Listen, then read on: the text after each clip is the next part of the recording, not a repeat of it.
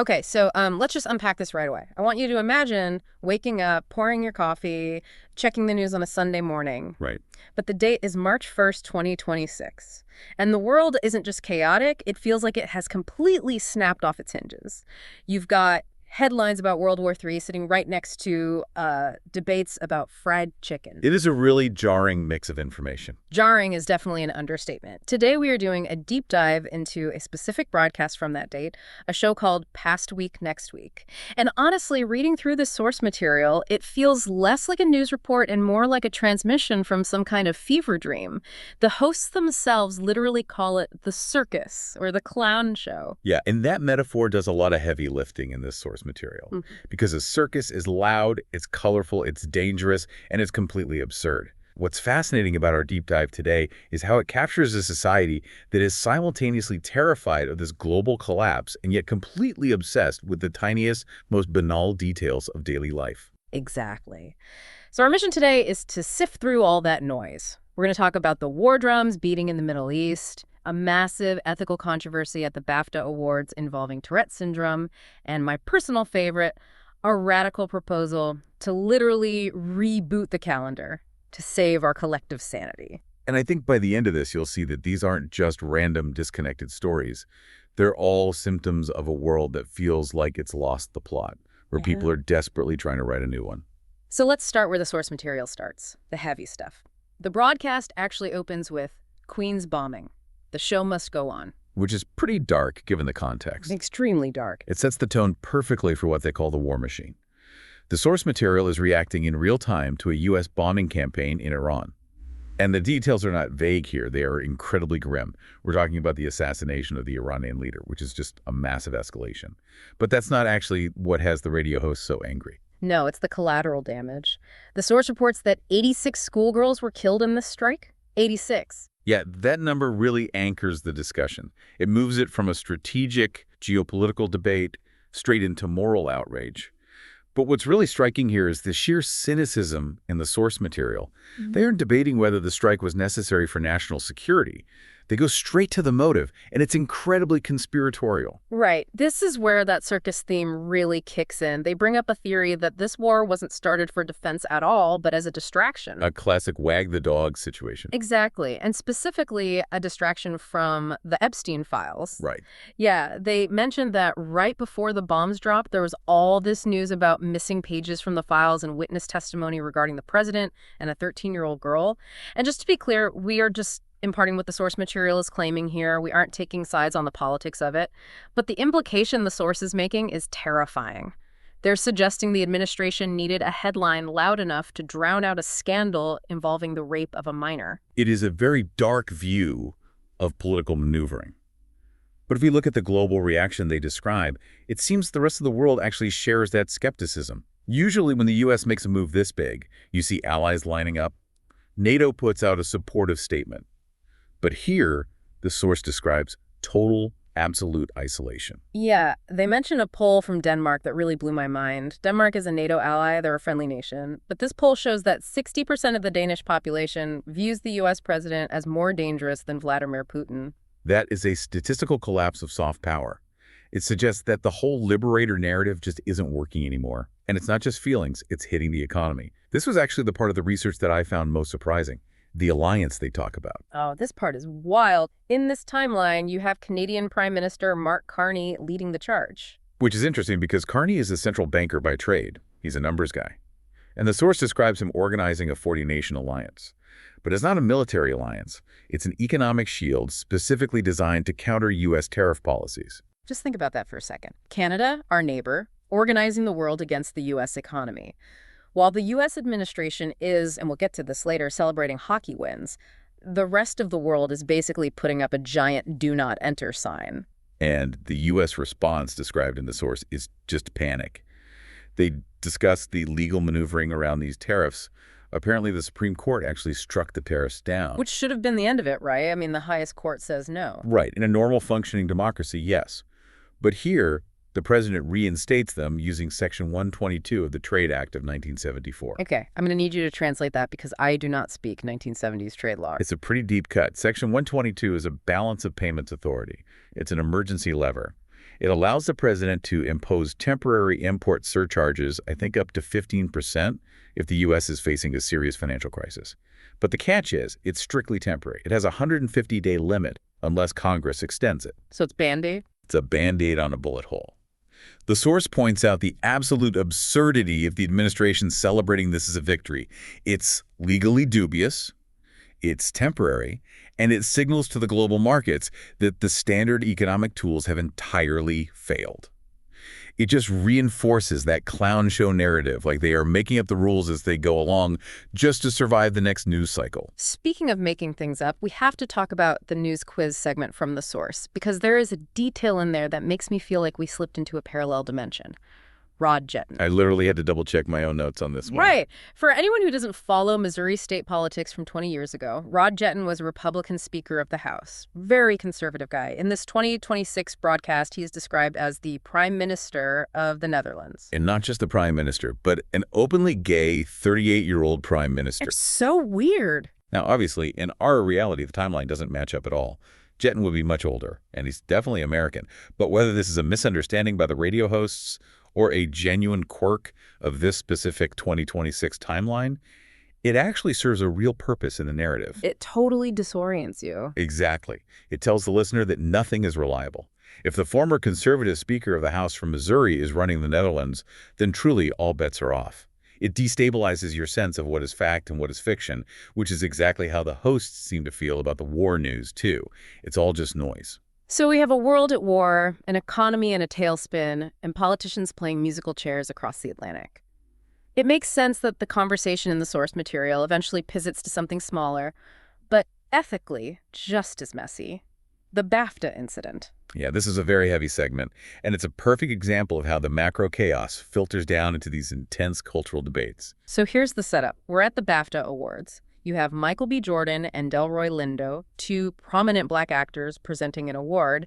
And in the audience, there is a man named John Davidson. Right. And it's important to note, John Davidson has Tourette syndrome. He had apparently gone on record before the show expressing anxiety that his dicks might be an issue, and unfortunately they were. He shouted a racial slur, the N-word, at the presenters. And this kicked off a massive debate that the radio hosts really dig into, because you have two conflicting truths happening at the exact same time. Truth one, it's a medical condition. He didn't choose to say it in the traditional sense. Truth two, he shouted a slur at two Black men on an international stage. The source focuses heavily on the reaction to this. The public and institutional response was largely to rally around Davidson, to say he has a disability, leave him alone, he didn't mean it. But one of the hosts, Boogie, pushes back on this hard. He uses an analogy that I think is really critical for understanding the gap between intent and impact. The car crash analogy. Yes. He says, imagine a driver has a stroke at the wheel. It's a medical emergency. It's not negligence. He loses control and crashes into another car. Now, the driver didn't mean to crash. He absolutely deserves medical care for his stroke. But the people in the other car, they're still injured. Right. The lack of intent doesn't magically heal their broken bones. Precisely. And Boogie's point was that in the rush to absolve the driver, Davidson in this case, the institutions like BAFTA and the BBC completely ignored the victims in the other car. The source claims there was no public apology directed specifically to Michael B. Jordan or Delroy Lindo. That's the blind spot they talk about. It is. They frame it as a white person's blind spot. The system is so eager to forgive the white man with the medical condition that it completely forgets the dignity of the Black men who bore the brunt of it. It's not about demonizing the man with Tourette's at all. It's about a demand for a proportional response. If you comfort the person who shouted, you must also comfort the people who were shouted at. It's a demand for acknowledgement in a world that feels increasingly indifferent to individual dignity. And I think that feeling that the system is broken and indifferent is what leads directly to the next segment of the broadcast, the reboot. I'm not going to lie, this was my favorite part of the source material. It is pure escapism, but it's structural escapism. The hosts basically say, look, the world is broken, the calendar is stressing us out, let's just burn it down and start over. They propose a massive overhaul of how we mark time. And it's not just random changes. Look at what they want. They want to align the seasons perfectly. Winter is strictly January, February, March. Hard stop. Spring starts April 1st. They literally want to impose order on the weather. It's a control fantasy. When you can't control the geopolitical climate, you try to control the actual climate. But the one that really stood out to me, and I think resonates with anyone listening to this, is Reset Day. Oh, I love Reset Day. I wish we had Reset Day. The proposal is that December 31st happens. Mm-hmm. Then, before January 1st, there is a 24-hour period that simply does not exist on the calendar. A null day. No work, no sports. The grocery stores are closed. Just nothing. It's a collective pause button. Think about why that is so appealing to these hosts in 2026. You have the 24-hour news cycle, the war in Iran, the tariff fights. The human brain isn't built for that level of sustained input. The idea of a day that doesn't count, where you have permission to just exist without output, is a direct response to societal burnout. They also want to mandate vacation month. August, the whole country just shuts down. Which is very European of them, but they take it even further. They want a standardized 32-hour work week, and if you go over 32 hours, instant overtime pay. It sounds like an absolute dream, but they don't stop at leisure. They want to reboot the government too. And this is where that underlying anger comes back into the conversation. They propose a budget rule. This is the accountability piece of the reboot. The rule is simple. If the federal budget isn't passed by September 30th, every single elected official forfeits their salary for the rest of their term. No budget, no pay. It reflects this deep, simmering resentment that the so-called adults in the room aren't doing their jobs. The feeling is, I have to do my job to get paid, why don't they? It's a desire to treat governance with the same stakes as a regular, everyday job.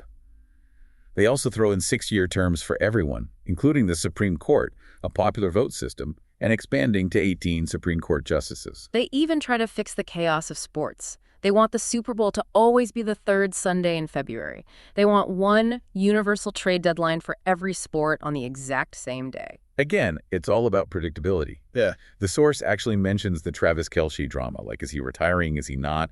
The hosts are exhausted by the speculation. They just want to know the rules. In a chaotic world, predictable spurt schedules act as a sort of safety blanket. Speaking of Travis Kelce and pop culture, even in the clown show of 2026, we are still obsessed with the past. The source mentions a lot of reboots happening. Yeah, it's comfort food. Yeah. They talk about Scrubs coming back. JD and Turk are now the chiefs of medicine. Which makes me feel incredibly old. You and me both. But look at why they brought up Scrubs. It's a show about doctors, sure, but it's fundamentally about friendship and heart. It's soft. In a hard world, people retreat to soft media. They also mention a Paul McCartney documentary and a songwriting collaboration with Taylor Swift. Which Paul apparently didn't even put his name on. A ghostwriter credit for a Beatle. It's this weird blending of generations. But there was a sharper observation in the pop culture segment, too. The nerd legacy. Right, they mentioned the death of Robert Carradine, the actor from Revenge of the Nerds. And instead of just a standard eulogy, it triggers this reflection on how the social hierarchy completely flipped. The source jokes that maybe the jocks shouldn't have been so nice to the nerds back in the 80s, because now the nerds, specifically referencing the Musk and Bezos types, are running the world. And arguably running it straight into the ground, according to the broadcast. It's a Frankenstein's monster kind of realization. We let the tech geeks take over, and now we have algorithms and autonomous wars. It links back to that class resentment we saw with the budget rule. You have the billionaires shaping the future, and then you have the regular people just trying to afford fried chicken. That divide, the elites versus the people, shows up in the sports coverage, too. We mentioned the hockey win earlier. The U.S. men's hockey team wins gold. Huge moment. But the celebration described is really telling. You have an administration official, Kash Patel, literally in the locker room drinking beer with the players. It's the whole bro aesthetic of politics. It really is. But then you have the U.S. women's team, who also won gold, and they boycotted the White House visit entirely. And the host's reaction to this is pure gold. He asked the question, would you rather celebrate with the politicians, or would you rather go to Vegas with Flavor Flav? And the answer, unequivocally, is Flavor Flav. Because Flavor Flav is authentic. It's exactly. He's chaos, but he's honest chaos. The politicians represent the circus that's getting people killed. Flavor Flav represents the party. It shows that even in these moments of national pride, the public is refusing to align with the political establishment. They would much rather hang out with a hype man than a senator. So we've covered the war, the ethics, the fantasy calendar, and the culture wars. But I want to land the plane where the source material lands it. Because for all the global talk, the most powerful moments in this broadcast were the small ones. The micro-sanctuary. When the macro world is too scary to look at, you focus on what's right in front of your face. The host talks about a date night with his wife, and it's not fancy. It's Price Chopper fried chicken, which, if a cheap bottle of wine, and playing board games in the basement. It's a bunker mentality, but it's a warm bunker. It's an explicit rejection of the outside world. Like, we can't stop the bombing in Iran, but we can play this board game. It's survival through compartmentalization. But they also share a story where that bubble bursts. The story about the homeless man in the West Bottoms. This was the emotional anchor for me.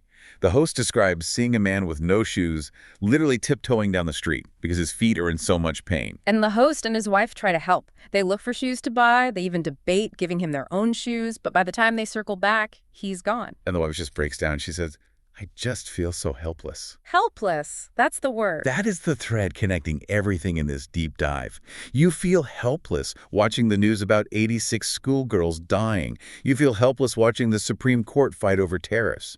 And you feel entirely helpless when you can't even solve the problem of one man needing shoes on your own street. It's a realization that the systems have failed at every single level, from the UN all the way down to the local shelter. And that's why the circus metaphor works so perfectly. A circus is loud, it's colorful, it's chaotic, but it's also kind of terrifying if you can't leave the tent. So what is the takeaway here? We are looking at a snapshot of March 1st, 2026. Is it just a grim warning for us? I think it's a portrait of adaptation. Humans are incredibly resilient. When the world gets too big and too scary, we shrink it down. We invent reset days in our heads. We watch Scrubs reboots. We focus on the fried chicken. We find joy in the cracks. We have to. The source material ends with a visit to the Negro Leagues Museum. The host sees a white mother and her kids just loving the history of baseball. Despite the segregation, despite all the pain in that history, they are connecting over the joy of the game. A moment of hope in a really dark week. It suggests that while the circus is out there running the world, real life, the good stuff, is happening in the basements and the museums and the quiet moments. I want to leave you, the listener, with that thought about Reset Day. The source proposed a 24-hour pause between years. A day that simply doesn't count. It's a very seductive idea. It really is. But here's the provocation for you to mull over. If we actually had that day, if we could hit pause on the markets and the wars for 24 hours, would it actually change the trajectory we're on? Or would we just wake up the next morning, turn on the radio, and find the circus is still in town? That is the question. A pause is nice, but eventually you have to hit play, and the movie is still running. And on that note, we hope you find your own Price Chopper chicken moments this week. Ignore the clowns if you can. Stay safe in the circus, everyone. Thanks for diving in with us. Take care.